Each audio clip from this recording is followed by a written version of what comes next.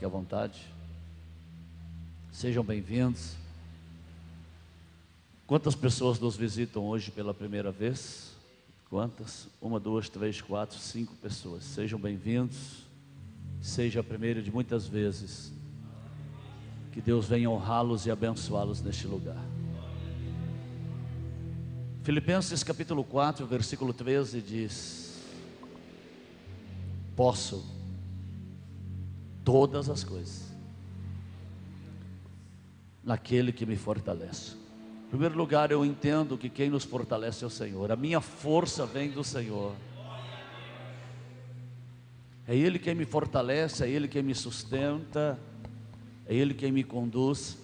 Quando somos conduzidos pelos céus, nós conseguimos vencer todas as barreiras aqui na terra. Porque a Bíblia fala que maior é o que está em nós, né? Maior é o que está em nós. E Ele habita em nós através do seu Espírito. Ele habita em nós através do seu Espírito. Tem pessoas que falam: eu queria ser igual Moisés, que falava face a face com Deus. Quero dizer que você não fala face a face com Deus. O próprio Deus veio morar dentro de você. É forte, né? Ele mora dentro de nós. Ele vive dentro de nós. Eu vou dizer uma coisa para você. Moisés foi um grande homem de Deus. Sim ou não?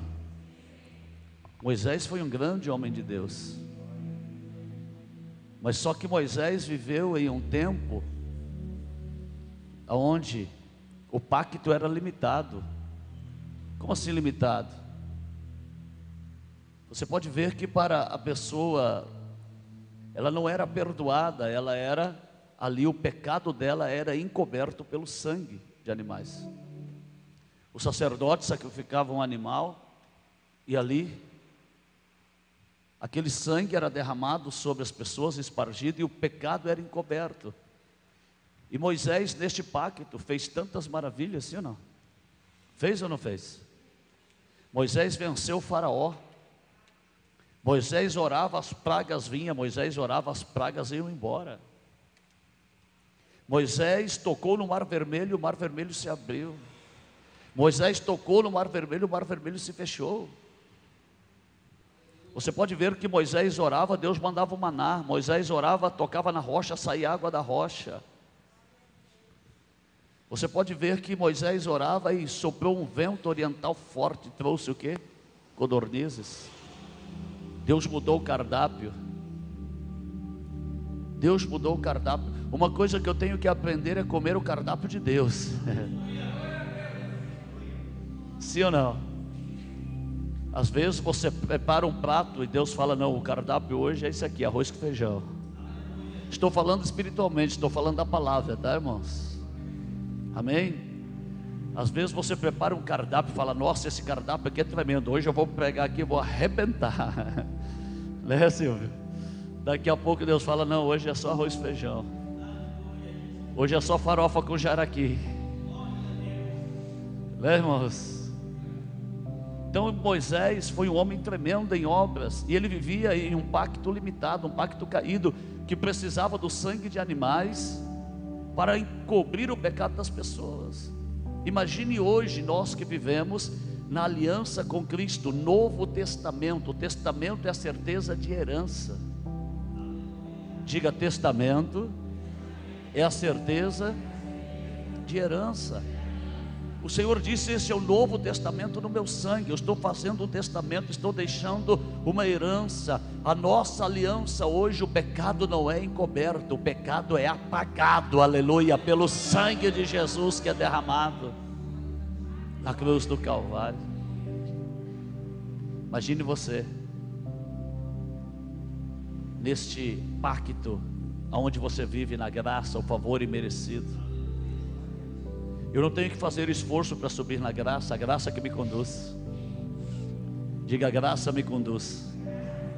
É assim. A graça é uma escada rolante, você sobe nela e ela te leva até Deus. Não é pelo meu esforço, irmãos. é pela graça, é pelo favor imerecido. O Senhor veio morar dentro de mim, o Senhor veio morar dentro de você, o Senhor veio morar dentro de nós. Mateus capítulo 11. Porque Ele vive, posso crer no amanhã, porque Ele vive, temor não há, mas eu bem sei, eu sei que a minha vida está nas mãos do meu Jesus, que vivo está. Mateus 11, versículo 11. Em verdade eu vos digo que entre os que de mulher têm nascido, não apareceu alguém, não existe ninguém maior do que João o Batista, mas aquele que é menor no reino dos céus é maior do que ele. Diga amém. Irmão, João Batista foi aquele que preparou o caminho para o Senhor, a voz do que clama. Não é a voz que clama no deserto, tá, irmãos? A voz do que clama, a voz de Deus clamando no deserto e usando a vida de João Batista, a voz de Deus que usa a minha vida, que usa a tua vida, a voz de Deus que clama por salvação, de interceder por este povo para que eu não os destruísse. Não encontrei ninguém que estivesse comigo na brecha, que fosse intercessor. João Batista, ele batizou Jesus, ele viu o Espírito Santo descendo sobre Jesus, e João Batista olhou para ele e disse: eis aí o Cordeiro de Deus que tira cada mundo, este aí é o Cordeiro de Deus, este aí é aquele que será o sacrifício vivo, aquele que será o sacrifício eterno. O último sacrifício morto foi Jesus. Depois de Jesus não houve mais sacrifício morto, os sacrifícios são vivos. Romanos 12, primeiro: rogo-vos, pois, por compaixão de Deus, que apresentei os vossos corpos em sacrifício vivo, santo e agradável a Deus, que é o vosso culto racional. O meu sacrifício hoje, o teu sacrifício está aqui, ó, sacrifício vivo. Tem pessoa que fala: vou deixar os meus pecados no altar. Não, teu pecado você não deixa no altar, você deixa na cruz do Calvário, na cruz de Cristo. Vou deixar as minhas enfermidades, as minhas dores no altar. Não, no altar você deixa a tua vida em sacrifício vivo, santo e agradável a Deus. Então João Batista, irmãos, foi aquele que preparou o caminho do Senhor. Só que João Batista, ele fez algo muito errado. O propósito de Deus não era só preparar o caminho para Cristo, não era só isso. Quando João Batista terminou de batizar Jesus, o que ele tinha que fazer? Olha, a partir de agora vamos segui-lo, vocês vão segui-lo. Esse era o meu propósito, preparar o caminho e pará-lo. O próprio Deus teve que pará-lo. E qual foi a forma de Deus pará-lo? Ele indo para a prisão. Ele indo para a prisão. E quando ele foi para a prisão, ele pensou que Deus iria tirá-lo no outro dia. E cheguei aqui hoje, amanhã Jeová já vai me tirar daqui. Mas os meus caminhos não são os teus caminhos, nem os meus pensamentos os teus pensamentos. Assim como os céus são mais elevados do que a terra, assim os meus pensamentos são maiores que os teus, e os meus caminhos mais elevados que os teus. E João Batista estava ali há 1 mês, 2 meses. De repente a cabeça dele ali entrou em confusão, e ele mandou o que? Alguns discípulos: vai lá perguntar se aquele homem que eu batizei é o Cristo ou nós esperamos outro. Vai lá e pergunte. E Jesus estava ali pregando a palavra de Deus, e de repente chegam os discípulos de João Batista e perguntam: ei, você é o Cristo mesmo? Ou nós esperamos outro? Você é o Cristo mesmo ou nós estamos esperando outro? João Batista mandou perguntar. João Batista coloca Jesus em uma saia justa nesta hora, mas Jesus sendo aquele que tem todo o poder nos céus e na terra, Jesus Cristo sendo aquele que recebeu a autoridade do Pai, libera uma unção sobrenatural naquela hora, e ali cegos enxergam, surdos ouvem, mudos falam, paralíticos andam, leprosos são purificados, demônios são expulsos. E ali Jesus falou: vai e diga para João Batista o que vocês viram e ouviram. O cego enxerga, o surdo ouve, o mudo fala, os demônios são expulsos, os leprosos são purificados, os mortos são ressuscitados, e aos pobres é anunciado o reino de Deus, é anunciado a salvação, é anunciada a restauração da comunhão entre Deus e os homens, porque Cristo veio para restaurar aquilo que se havia perdido, a comunhão do jardim do Éden. E ali eles vão embora, e aí Jesus começa a falar: olha, dentre os nascidos de mulher, não tem ninguém maior do que João Batista. Todos aqueles que vieram antes de João Batista, ninguém é maior do que ele, nem mesmo Moisés, nem mesmo Elias, nem mesmo Eliseu, que tinha porção dobrada do Espírito Santo, nem mesmo Enoque, que também foi transladado vivo como Elias. Não tem ninguém maior do que João Batista. Por que que não tinha ninguém maior? João Batista foi o sacerdote de Jesus, foi o pastor de Jesus. Você pode ver que o ministério de Jesus começa depois que ele é batizado por João Batista. João Batista prepara o ministério de Cristo, batiza, e ali João Batista libera o ministério dele, vai. E o ministério de Jesus dura 3 anos e 6 meses, mas 3 anos e 6 meses de poder, de glória e de unção. Só que Jesus olha e fala: dentre os nascidos de mulher não tem ninguém maior do que João Batista, mas o menor, você, eu, nós, o menor no reino dos céus é maior do que João Batista. Sabe por quê? Porque o teu pecado não foi encoberto, foi apagado pelo sangue de Jesus. Sabe por quê? Porque Deus pegou tudo aquilo que te acusava e lançou no mar do esquecimento. O Senhor não se lembra mais dos teus pecados, o Senhor não se lembra mais. Quem se lembra do teu pecado é você, as pessoas que te conheceram no passado, e o diabo. O diabo muitas das vezes para tentar te condenar, as pessoas para jogar no teu rosto, e você, para você se lembrar da onde Deus te tirou. Os teus pecados, os meus pecados foram apagados, foram limpos pelo sangue de Jesus. E mais do que isto, desde o dia de Pentecostes, as servas, as mulheres que eram discriminadas, as mulheres que eram deixadas de lado, o Senhor falou: o meu Espírito será derramado sobre todos, sem nenhuma discriminação. Por que que você é maior do que João Batista? Por que que eu sou maior do que João Batista?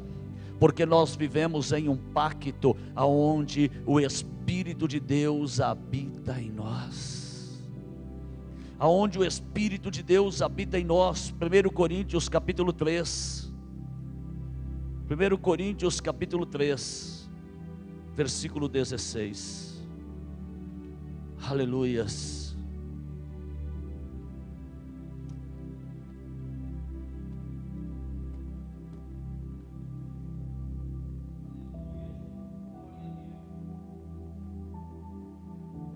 Diz assim: não sabeis vós que sois templo de Deus e que o Espírito de Deus habita em vós? Você é templo de Deus, eu sou templo de Deus, nós somos templo de Deus e o Espírito Santo habita em nós. Se Moisés, que estava em um pacto limitado, onde os pecados não eram perdoados, mas encobertos, fazia sinais, imagine eu Imagine você que estamos debaixo do sangue de Jesus Cristo, que nos purifica, que nos liberta, que nos transforma em novas criaturas, como está escrito em 2 Coríntios 5,17, aqueles que estão em Cristo Jesus, novas criaturas são, e as coisas velhas se passaram, e eis que tudo se fez novo. Hoje você não fala cara a cara com Deus, mas o Espírito Santo está dentro de você. O Espírito Santo, ele geme diante de Deus com gemidos inexprimíveis. O Espírito de Deus veio morar dentro de você. O Espírito que veio dar porção dobrada em Eliseu, ele está dentro de você. Você não tem apenas porção dobrada, você tem a glória do Espírito de Deus na tua vida. Você tem o poder do Espírito de Deus na tua vida. Você tem a unção do Espírito de Deus na tua vida. Você tem a autoridade do Espírito de Deus na tua vida. Você hoje pode fazer sinais. Você pode fazer prodígios, maravilhas no nome do Senhor. Sabe por quê? Porque Ele veio habitar dentro de você e transformar você, aleluia, em um vaso de honra, em um vaso onde o nome dEle é glorificado através da tua vida.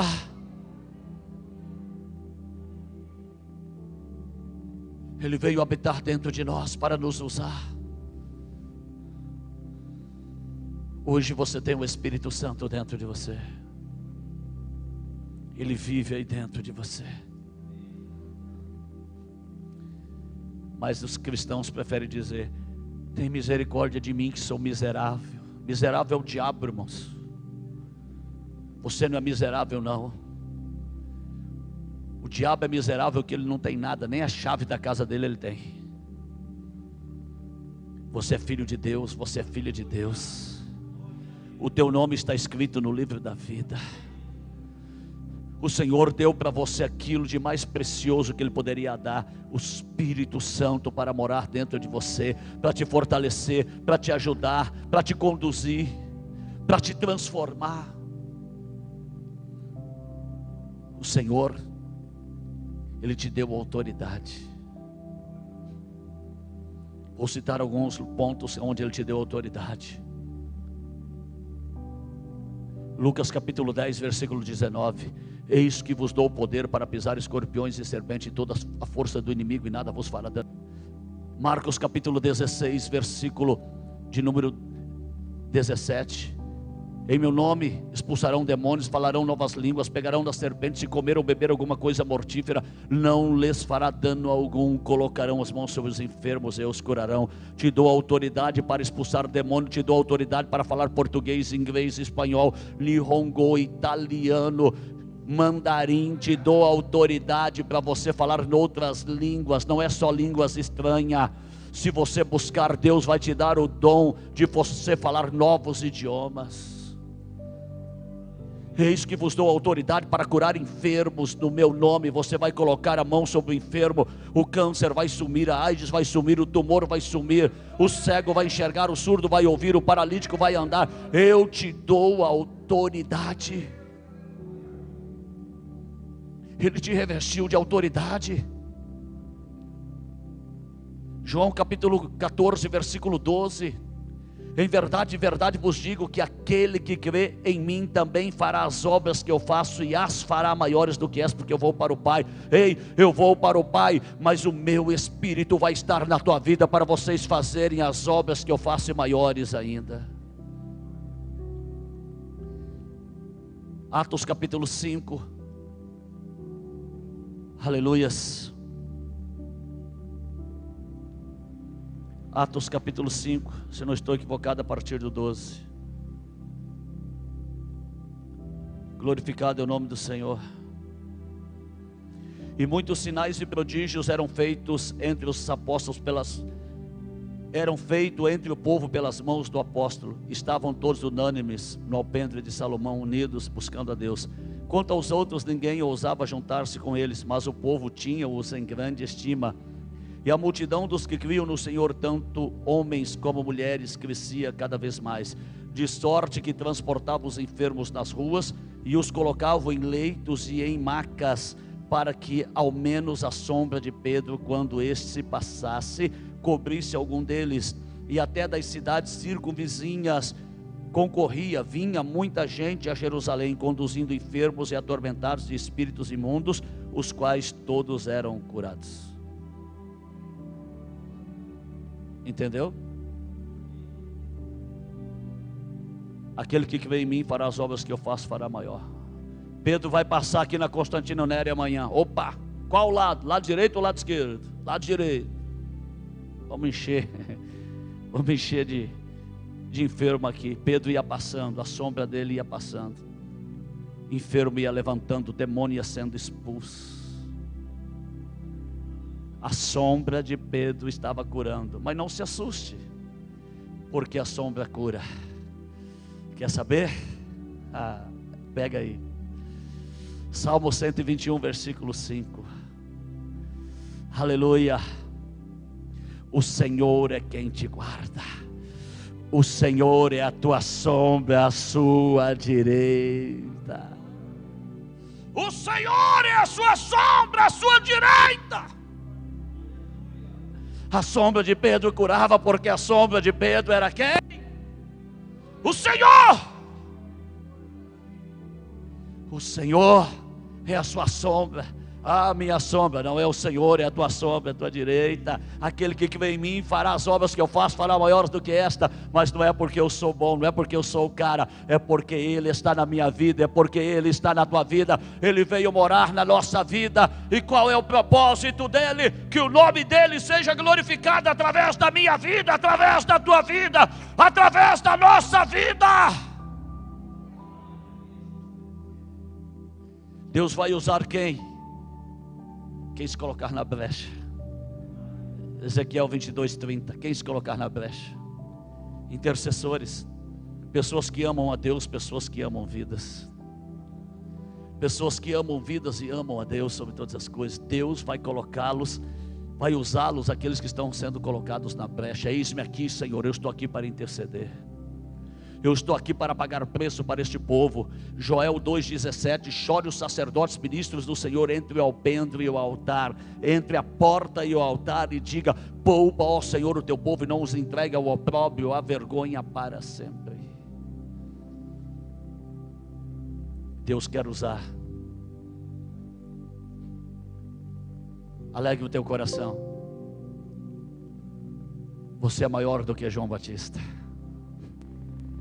Não é para você se exaltar, é para você ver o valor que você tem diante de Deus, para você ver o valor que você tem no mundo espiritual.